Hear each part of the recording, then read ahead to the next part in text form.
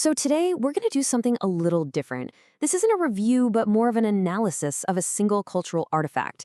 This is the August 2025 issue of Korean World, and it's a free magazine for the Korean community here in Singapore. We're going to treat it like a time capsule, really, a snapshot that reveals the priorities, the pleasures, and even the anxieties of a modern expat community. So let's start with a bit of a puzzle. What kind of story can we piece together just from a feature on Singapore's most famous street food, chicken rice? And then, what does an entire section dedicated to new condominium sales tell us about what this community's priorities really are? Or how about a deep dive into a recital by the legendary cellist Yo-Yo Ma? What does that reveal about their cultural pleasures? And finally, what about an essay that uses the metaphor of a hot stone? What kind of anxieties are bubbling just beneath the surface? Okay, let's dive into this.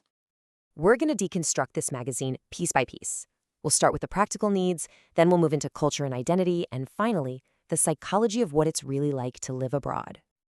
All right, first things first.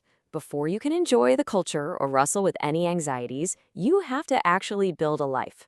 So we'll start with the absolute essentials, finding a place to live and making it comfortable. You know, the ads are a direct window into what people need. You can see the foundational layer right here. Agents to find a home, services for aircon and health, and of course, designers to make that space your own. These are literally the building blocks of a new life. But when you look at the property section, you realize this is about way more than just finding a roof over your head. It's about making a huge financial commitment in one of the most expensive property markets in the world. I mean, the magazine reports that the average price per square foot for a new condo is nearly at a record high. And this chart? Wow, it breaks down the incredibly high-stakes decisions that families are facing. For instance, do you pay a massive premium for a near-freehold lease at the Robertson Opus? Or do you opt for the stunning views at Promenade Peak, knowing you can't even move in until 2031? These aren't just lifestyle choices. These are truly life-defining investments.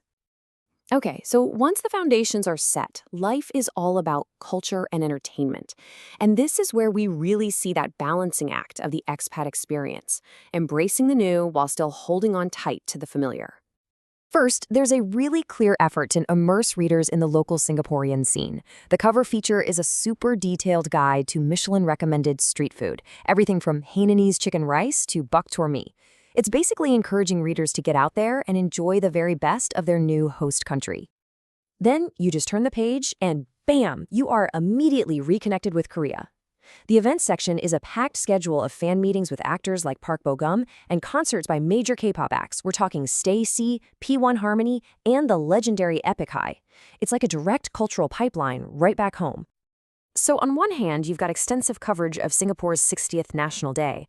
But on the other, it's a guide to seeing the biggest K-pop stars in the world. The message is pretty clear. This community isn't choosing one culture over the other. They're living fully in both worlds, all at once. But of course, life abroad isn't just about delicious food and exciting concerts. When we move past the event listings and into the essays and columns, the magazine starts to reveal these complex anxieties that are simmering just beneath that glossy surface of expat life. A really powerful metaphor from a financial planner's column just gets right to the heart of this. The author describes wanting contradictory things, like a high salary without the stress or security without any risk, as trying to hold a hot stone without getting burned. And this hot stone dilemma is so central to the modern professional, but it's maybe amplified in the expat experience. You want the opportunities of living in this dynamic global city, but maybe you also miss the simple comforts of home. The author argues that this desire to have it all, with no sacrifices, is an impossible self-inflicted burden. This anxiety extends directly to the next generation. An education columnist who's a tutor with 19 years of experience voices this profound worry. He says that despite parents making these huge financial sacrifices for elite international schooling, he's observing that students' fundamental skills like reading comprehension and deep focus are actually declining. He feels they're falling behind faster in a fast-changing world, partly because technology leaves no room for the boredom that sparks creativity.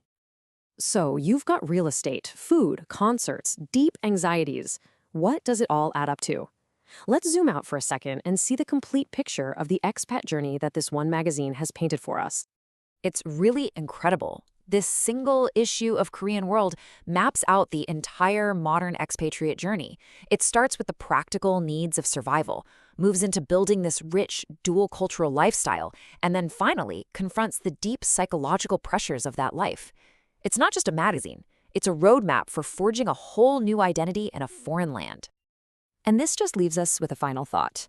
Publications like this are so much more than just paper and ink. They are a window into the soul of a community at a specific moment in time. They capture the day-to-day realities and the deepest concerns. It really makes you wonder, if you picked up a local paper or a community magazine where you live, what hidden stories about your own neighbors might you discover?